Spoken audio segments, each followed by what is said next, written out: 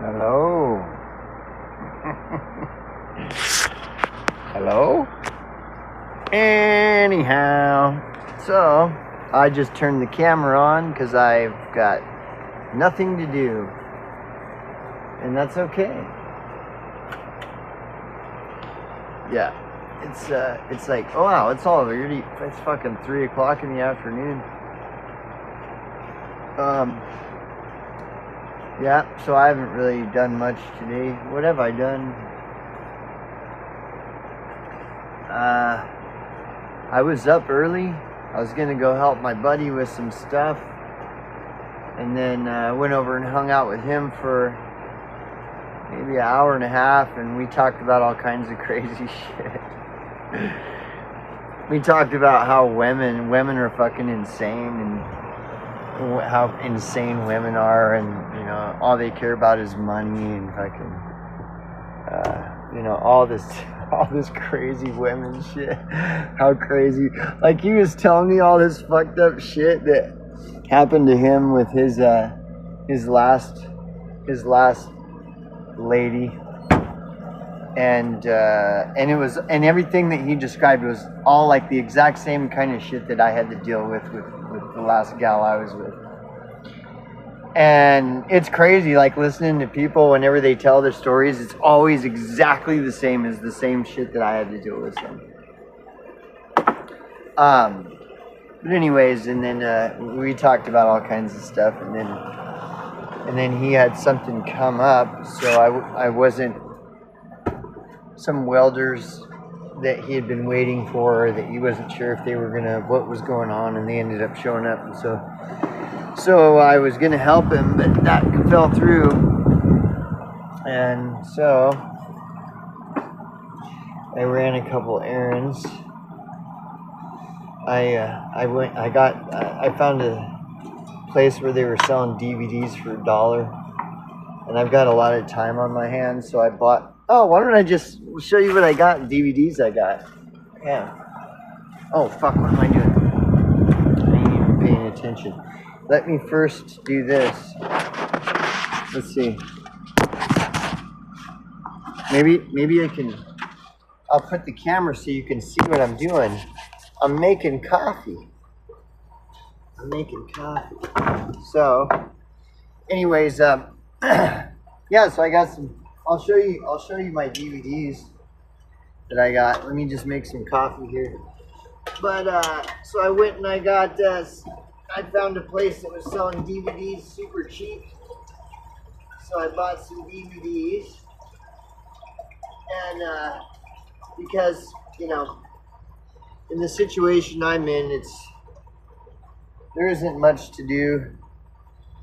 You have to spend a lot of time in the trailer here, and so DVDs can come in handy if you can find anything worth a fuck.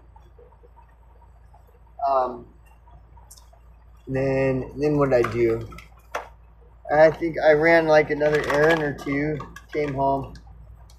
I was up really early this morning, though. I was up at like 5 this morning. And so I just cleaned up my trailer and did some shit. It's always nice to, when my trailer's clean, it's always much nicer. And so anyways, let's see what kind of goodies we got in the goodie bag today.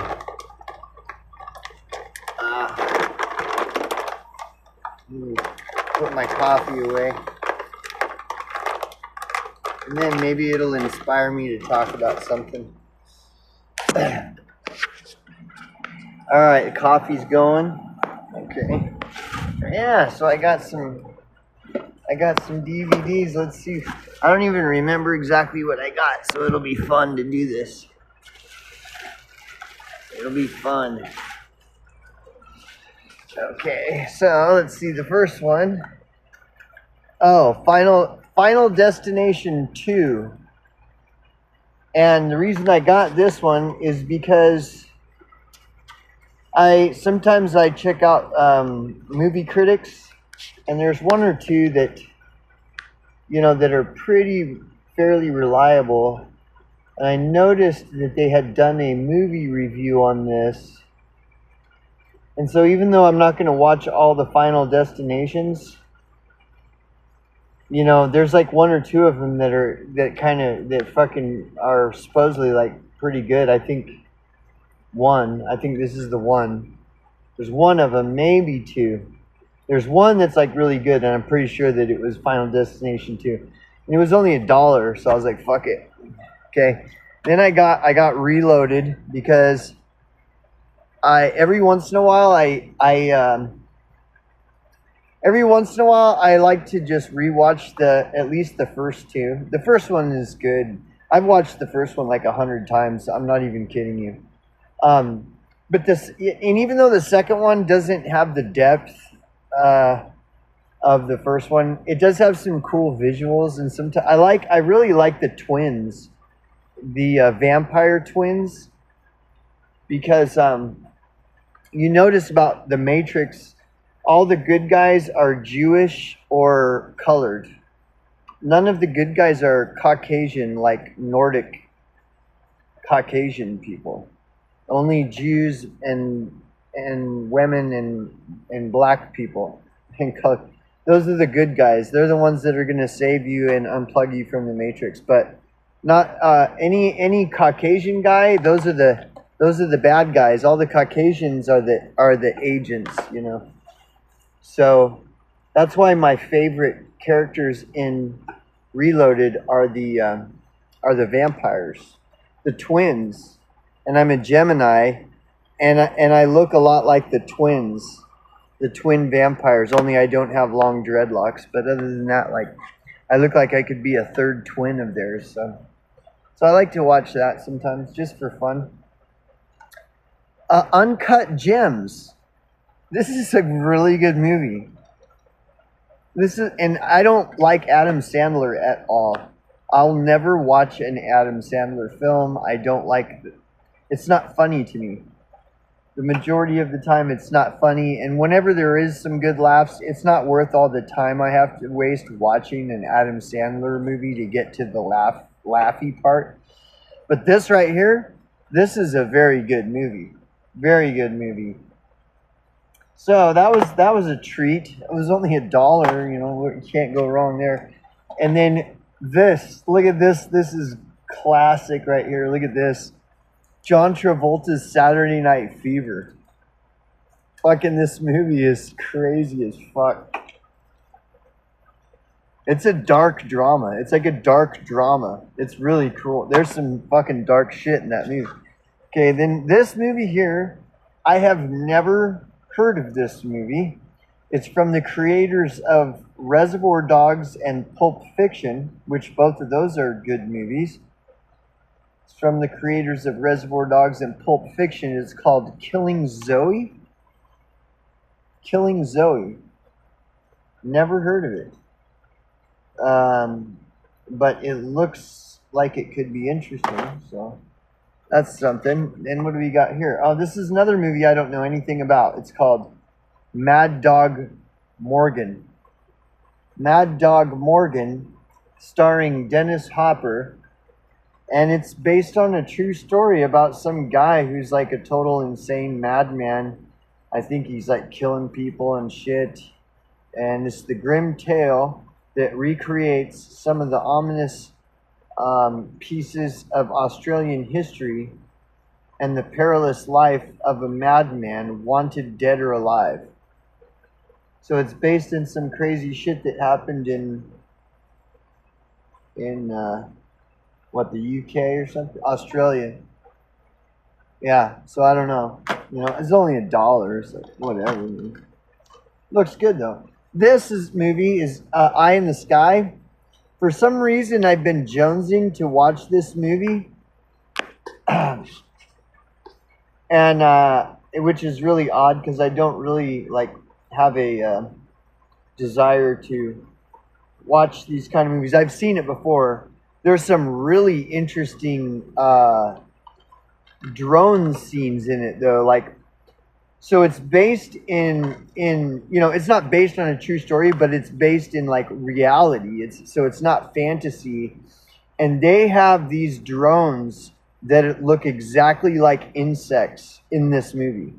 And it kind of exposes some of the high-tech shit that our military has that we might think is like sci-fi shit, and this movie like confirms that they have that kind of technology where they have like bumblebees.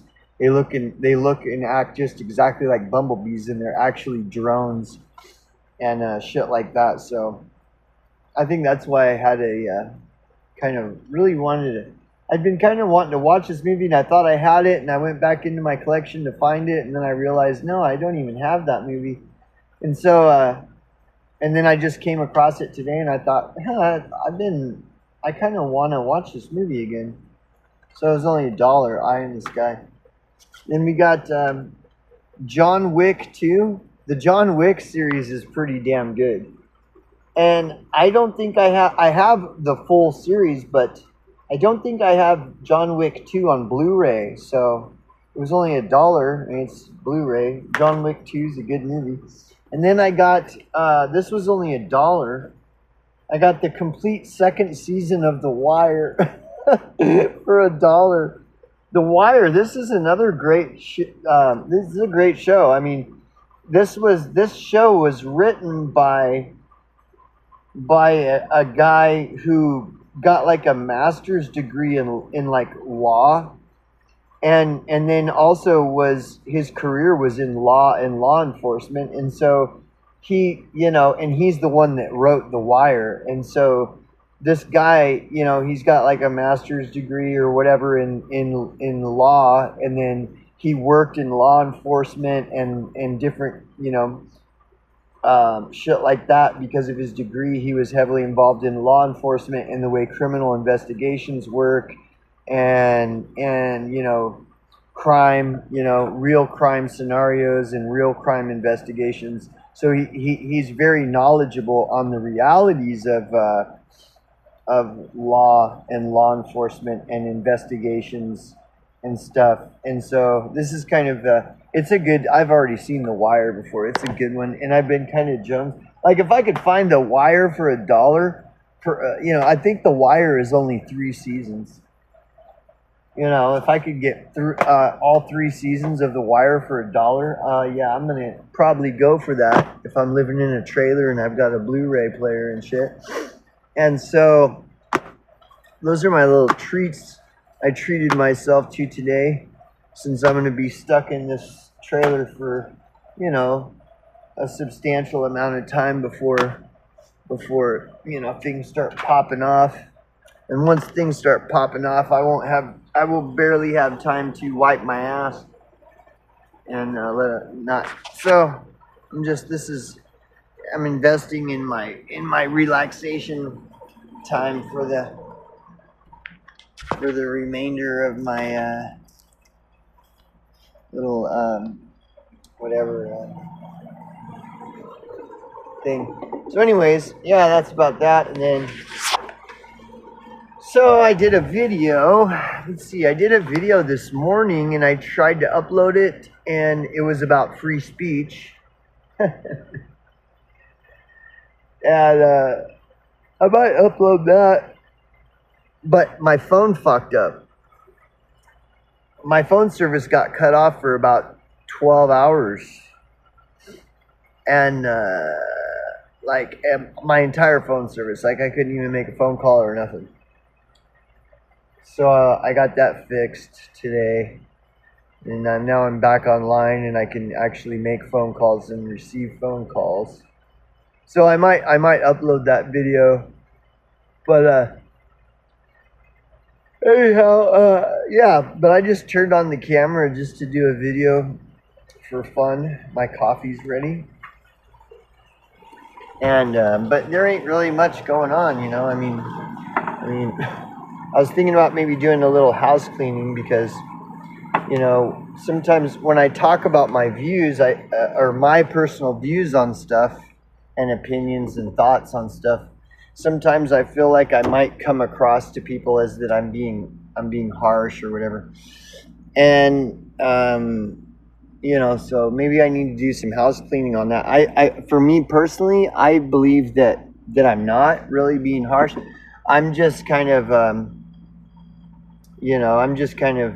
speaking the social media language. Social media language is much different than just regular language. So, because social media language, like, people just say whatever they want, which is good, because I think people need to be able to say what they want. The thing about social media language, though, is when people say what they want, sometimes what they say, like, doesn't really make sense. And when you start trying to follow the logic of it, you realize that a lot of it is hyperbole. So people say things when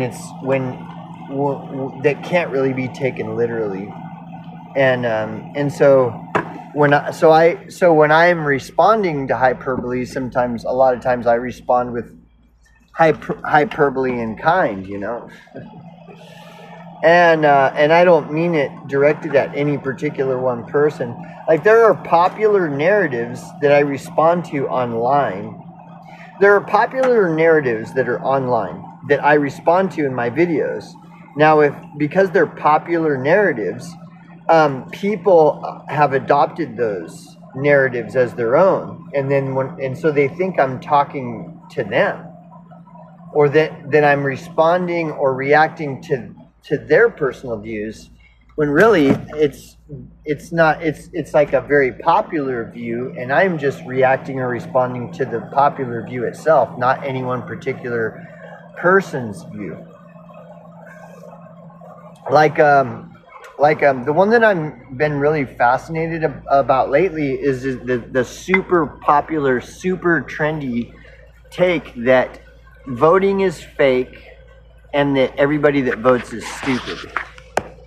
Okay, and so I'll just kind of go into that again, just to kind of explain why it fascinates me and why I don't necessarily agree with that. The first reason I don't agree with it is that a person cannot say that everyone that votes is stupid, because first of all, you will never be able to prove that everyone that votes is stupid. How are you ever going to prove that? And so because you can't prove it, nobody can really take it seriously. I mean, people, if it confirms their bias, then they can take it seriously all they want, but that doesn't change the fact that there is no proof that people that vote are stupid. Like, that is literally a stupid thing to say. And now, if you're saying it, if it's a hyperbolic statement, then that's different. But if it's actually a literal statement, well, when you follow the logic of that as a literal statement, the only conclusion you're going to come to is anybody that would take that in the literal sense and be saying that in the literal sense, only a stupid person would actually truly believe that everyone that votes is stupid. Only a stupid person would even believe that. So then I'll argue that, and I'll say, dude, not every person that votes is stupid. And some people get upset when I say that, and that bothers them, that I make the claim that not everyone that votes is stupid, So that's the first reason I disagree with it, is that you can't. That is just, how do you prove that statement that everyone that votes is stupid? You can't prove it. There's no way to prove it. So it can only be taken as like hyperbole, that you're just frustrated because of the voting system, and you're frustrated because there's a lot of people that are stupid that jump on these political things that are stupid. Well, there's a lot of stupid people in anything and everything. And it just happens to be voting season, so that's the kind of focus for it. And the other half of that statement is that the voting system is fake. Well, that can't be proven either. It just can't be proven. Now, so does that mean that I believe that voting is real? Well, no. I mean, there is no way to prove one way or another.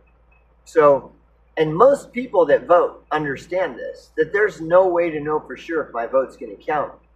But they do it anyways, because it's like, A lot of times people do stuff because they don't have anything to lose anyways. And this country has gone to such a piece of shit in an ass basket that most people don't have anything to lose to vote or not vote anyway. So it doesn't even matter. Either way. See, I'll say it doesn't even matter, and they'll be like, yeah, exactly, it doesn't matter. No, it doesn't matter either way. Whether a person votes or doesn't, it doesn't matter either way. So you not voting and you going around trying to convince people not to vote doesn't matter any more than the person who votes and is telling people to go vote. It's the same fucking thing. So it's really fascinating to observe this strange phenomena where people are arguing about the legitimacy of the voting system. Because like I've already pointed this out before, when you really get down to what is this whole argument about, it's like, well, the reason we're arguing is because it doesn't matter. And it's like, well, that's a really strange thing to argue about. You're arguing about something because it doesn't matter? Well, then, once you've made your point that it doesn't matter, why go any further? Why spend months and months and months debating about something that doesn't matter? Make your point and move on. You've made your point, now you can move on. It doesn't matter. Because to continue to go on and on about it is like focusing on something that doesn't matter at all. And when somebody asks you, well, why are you focusing on that? And your response is, well, the reason I'm focusing on it is because it doesn't matter. Like, that doesn't even make any sense. It's like, well, why not focus on something that does matter? Oh, hey, that's a great idea. I don't know why I didn't think of that. You're right.